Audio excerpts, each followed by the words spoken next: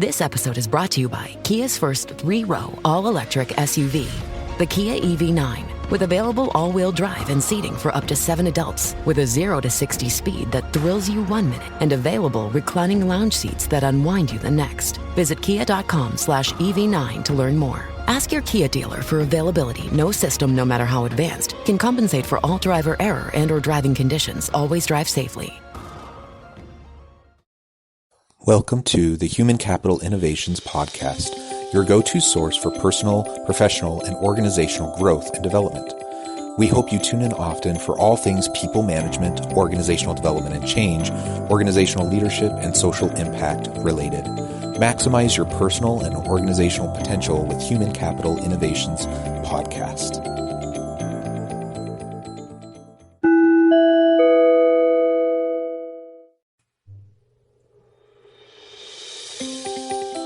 Welcome to the Human Capital Innovations Podcast.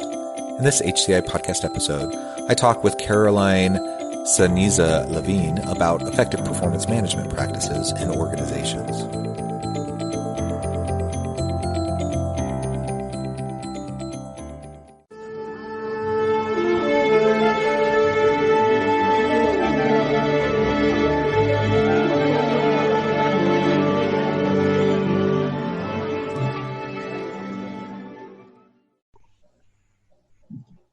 Caroline Ceniza-Levine, welcome to the Human Capital Innovations Podcast.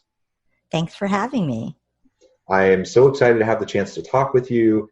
We've been preparing for this interview for a while now, and you have such an interesting background. We're going to have a really great discussion about employee performance and how to really leverage and get the most out of your employees.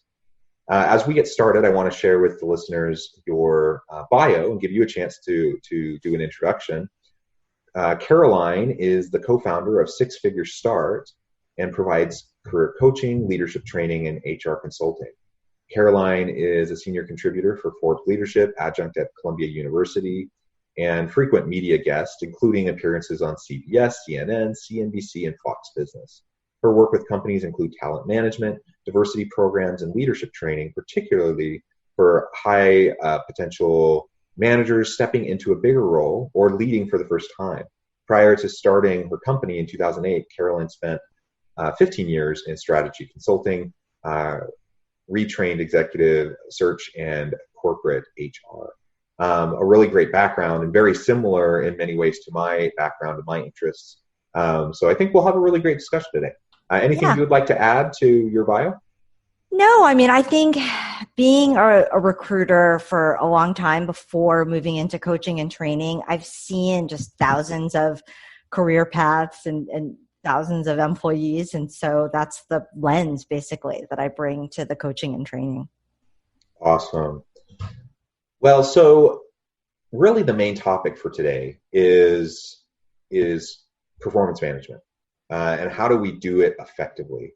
There's been a big movement in performance management practice over the last decade or so, moving away from these traditional annual performance reviews into more either quarterly or even better yet, real-time types of performance conversations and coaching, feedback sessions, and dialogue with employees. Why do you think we've gone through that shift from something that was pretty established, pretty standard? I think most people took it for granted, like this is the way you do performance management. And now we've kind of blown that up and we're doing something different.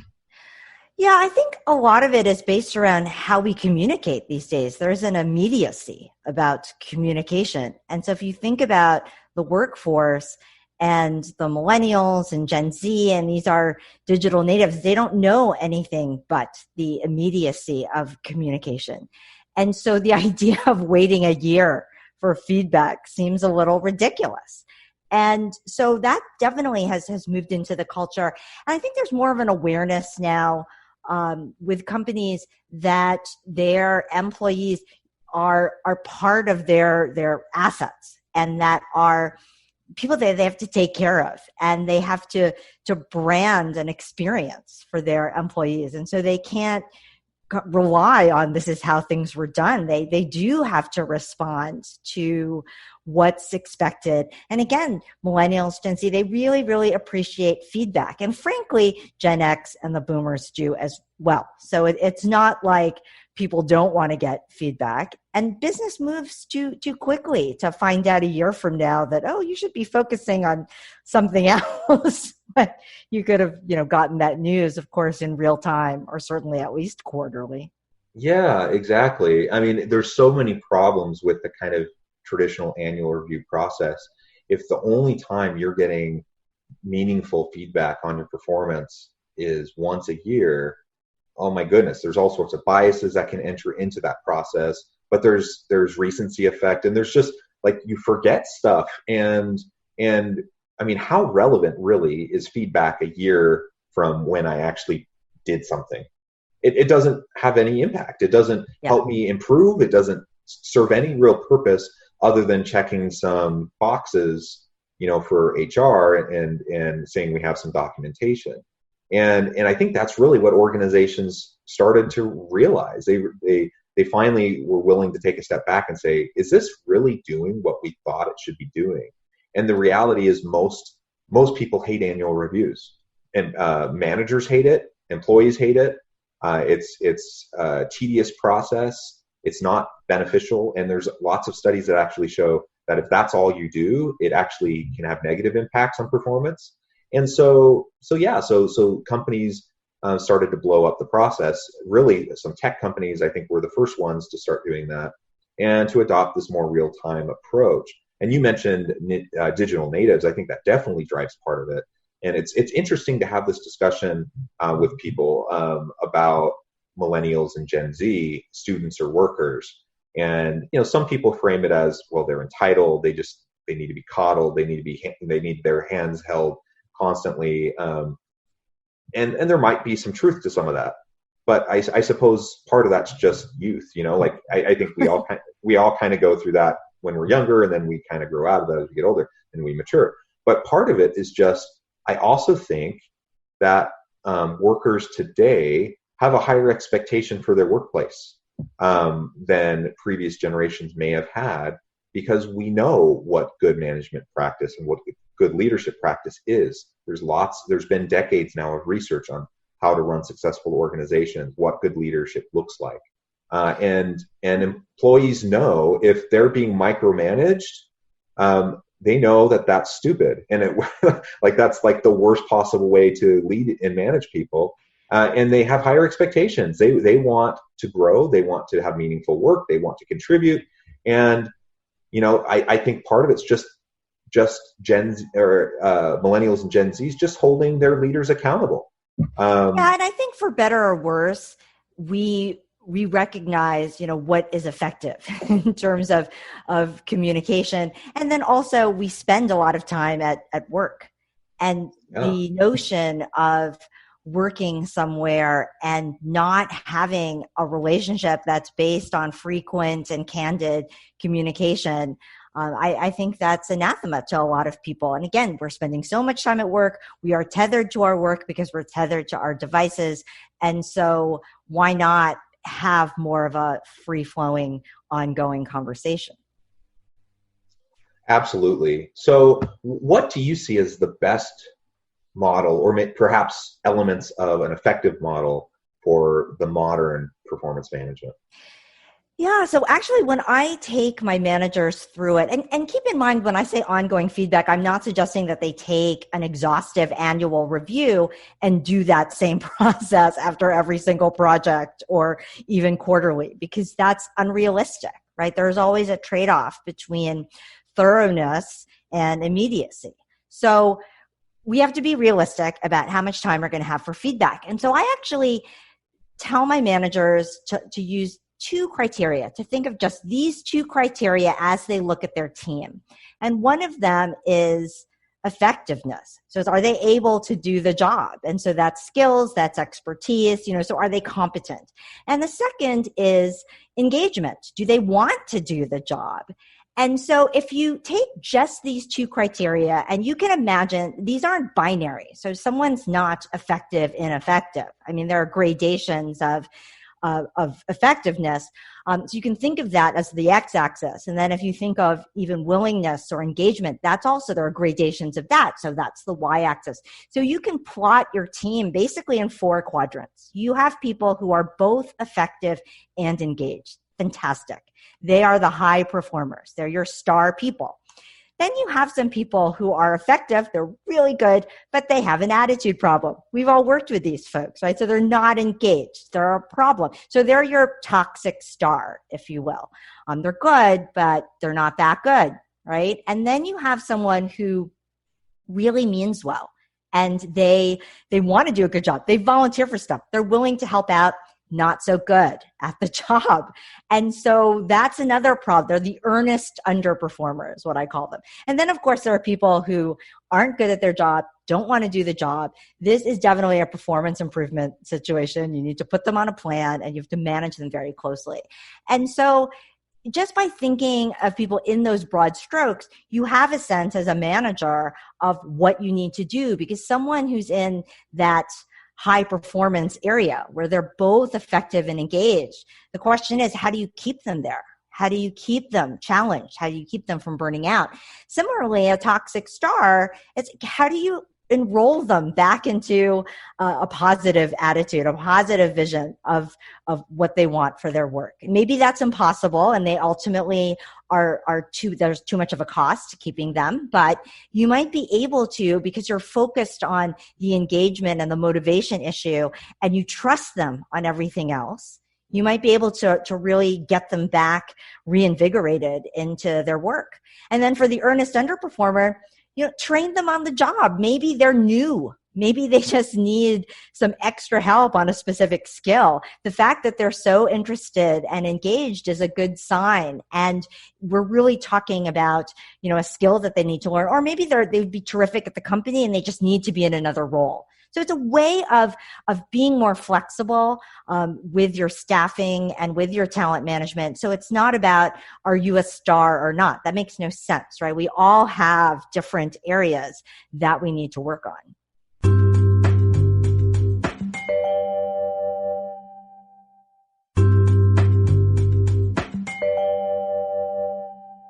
For the ones who get it done, the most important part is the one you need now. And the best partner is the one who can deliver. That's why millions of maintenance and repair pros trust Grainger, because we have professional-grade supplies for every industry, even hard-to-find products. And we have same-day pickup and next-day delivery on most orders. But most importantly, we have an unwavering commitment to help keep you up and running. Call, click Grainger.com, or just stop by. Grainger, for the ones who get it done. Yeah, I love that. And I love kind of the typology that you use to approach it.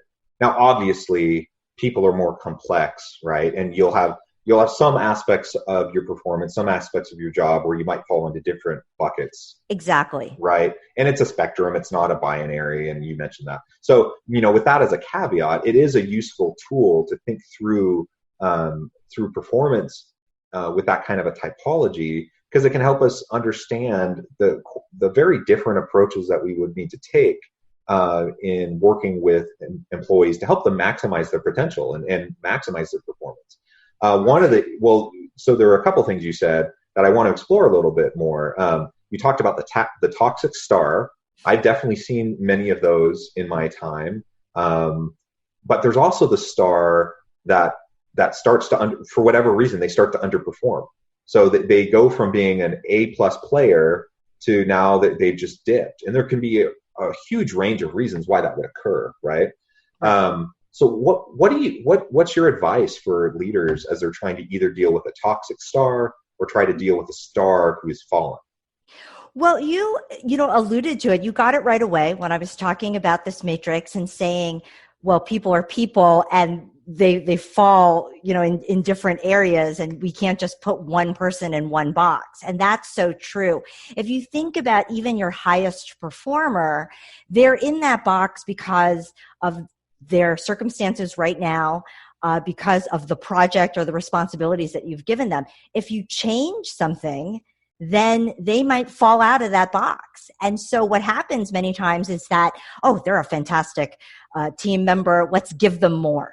and we give them more, maybe we give them too much, or maybe we give them something that they're not interested in. Maybe we start moving them into, whether it's, another project or another client, or, some area where they just don't have as much passion and engagement. And so they start to fall out of that. And this is why you can't just put someone on a box, set it and forget it. They are people, things change. Or they might have some kind of personal circumstance. Maybe it's a busy time for them. It's September, the start of the school season. It's chaos, and you're seeing a little dip in performance, but it's something where they're a new parent and they're dealing with something that they've never dealt before. And being used to being a star, they don't even know that they're struggling or that they need to ask for help, because they probably think, I can just do this all on my own. I don't need to raise my hand here. And so you do have to manage actively even your stars. Now, when we talk about the toxic star, so similarly, maybe they were engaged before, and then you put them on something where they got disengaged. Or maybe they, let's say, disagree with the strategy. That isn't to say that you as the manager do not set the strategy, but maybe you have to explain to them, give them more context. Maybe they feel like they put an idea out there and it was dismissed, or they're not taken seriously. And by addressing that specific issue, again, you re-enroll them, you reinvigorate them. And so I think it's important to think about, what is at the root of the issue with that employee, and not just think about they're a bad employee or they're a good employee, because people are not binary, as you rightly pointed out. Yeah, and I think if our goal as leaders and managers is to truly maximize the performance of our team and the individuals on that team, then that means we have to know them. We have to understand their motivations, how they prioritize those motivations. And then we have to, we can't be intrusive. We can't violate privacy, but if we develop trust with them, then we will know when there are issues that arise that maybe they need extra support with. So if I have a star player that ends up coming in and for, maybe a couple weeks, their performance dips, my first response shouldn't be like, what the crap? Why does your performance suck? It should be like, let's go have a conversation. Let's figure out what's going on and how can I help you? How can I support you? And if I'm being with a employee that way, that's very different than me going in a punitive fashion and going in and trying to reprimand them or saying, you really need to get your sales up, acknowledge the struggles that they're dealing with.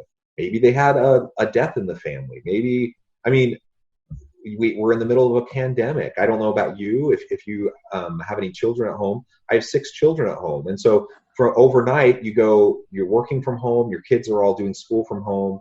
My kids' age ranges 16 down to 7. So all 6 of my children are in school. We're trying to help them do their school and do our work. It's stressful. There's anxiety. Like you have to acknowledge that and be aware and be supportive of people within the context they're in. You can't just ignore it and say, well, that's your personal life. Put it aside, come to work, be productive.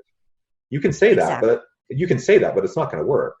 Yeah, people are affected by different things, personally and professionally. People are motivated by different things. And so sometimes people are motivated by what's the company strategy. Sometimes people don't really care. They're more narrowly focused on what their immediate job is. Or maybe, if I think about that earnest underperformer where I mentioned, they've already bought in, but what they need are actual skills. They're drowning and they need tangible help. And so cheering them on all day long isn't going to help solve the problem. So we do have to be mindful of what the problem is, not just what we think the problem is, but really working with the other person. And to your point, not in a punitive way, I always suggest be curious. Be open-ended. Be willing to discover something new. If you just leave yourself open to discovering something new, then you'll go in there with an open enough mind that you might actually uncover the real problem. Awesome. How about managing performance in a virtual environment? So many people right now are working from home. does that fundamentally shift the way performance management should occur? Is it mostly the same? What do you think? I think it totally shifts it. And here's why. Obviously the dynamics change, your mode of communication changes. There are managers who, and this is not a bad way to manage, but their primary way of managing is what I call being physically present. The management by walking around, right? They maybe it's an open work environment typically, and they look up, they get a feel for, they look at people and they see if someone looks confused or if someone looks down, and that triggers them and energizes them, and now they're into action. And that's great, except now we're not physically together, right? And you might not realize that as the manager. You might not realize how dependent you are on management by walking around because it's so natural to you and you didn't think about it. And so don't assume as the manager that what worked for you in the past is going to be sufficient or even effective at this point. And as the team member, don't assume that your manager knows how to manage remotely. It's not because they don't trust you. It's because if you're not there, how are they going to know what's going on? So you might have gotten into a rhythm where you're only checking in once a week or once every other week or on an as needed basis. Well, when you can't see each other anymore and you can't drop in and say, did the report, working on this other thing, or I'm a little bit behind here. When you can't have that small talk, people will panic. And so I tell both sides, you need to communicate more frequently. You need to reset expectations. If you haven't already, get on a Zoom, get on a call and say, it's like, what should I do if I have questions? How often do you want to meet? What kind of reports or updates do you need? It's going to be different because you can't see each other. Excellent. We're getting close to being out of time, but I do want to make sure that you get a chance to share with listeners how they can connect with you, how they can learn more about you, and reach out to get your assistance. Sure. I have a lot of information on sixfigurestart.com, the website, and my email directly is just Caroline@sixfigurestart.com. So that's very easy. And I've been writing for Forbes Leadership for 10 years now. So if you just search for me on the Forbes.com site, you'll see a lot of my work posted there. My focus there is on the individual and really helping the individual manage their career. And so if you're a company, you'll really want to go on my regular site and look for the 4 organizations where I talk more about, what I do for companies specifically. Awesome. Well, I encourage my listeners to reach out. This has been a great discussion, and we've really only scratched the surface. There's so much more detail we could get into. And this is an area that I think we're both very passionate about. So perhaps we can revisit this topic on another day and really dive in deeper into some specifics. But I appreciate your typology, and I appreciate the insights that you've provided. I think it really just comes down to performance management doesn't need to be rocket science. You don't need some super complex system. You just need to be engaged with your employees. You need to get to know them. You need to develop trust with them. And then you need to openly communicate with them. And if you do that on a regular basis, then a lot of things will take care of themselves. And there's a place for formal process as well, but there's a lot of informal communication and feedback opportunities can deal with a lot of it. Yeah, I agree 100%. And I think part of staying open is also being mindful of your tendency as a manager. Some of us tend to be more of that director type where we're explaining things, and some tend to be more of the cheerleader. And the reality is that managers need to be both. And the best type of management isn't about what you're comfortable with, it's what is needed. So that toxic star might need more of the cheerleader, they need to be reinvigorated, but that earnest underperformer needs to be directed, wants to be directed. And so you can't just say, oh, I'm not doing that, I'm not a micromanager. You have to do what your team needs you to do. Excellent. Wonderful. Well, thank you again so much for joining me today. I encourage my listeners to reach out, and I hope everyone stays healthy and safe. Have a wonderful week, and enjoy your time with your friends and family.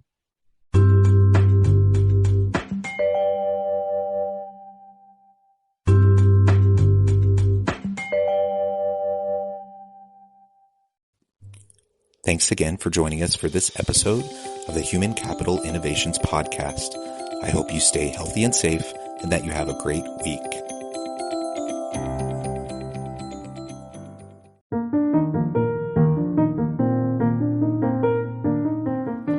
Check out our new weekly LinkedIn newsletter, Alchemizing Human Capital, exploring industry trends via original research and interviews with executives and thought leaders from across the globe. We look forward to having you join us.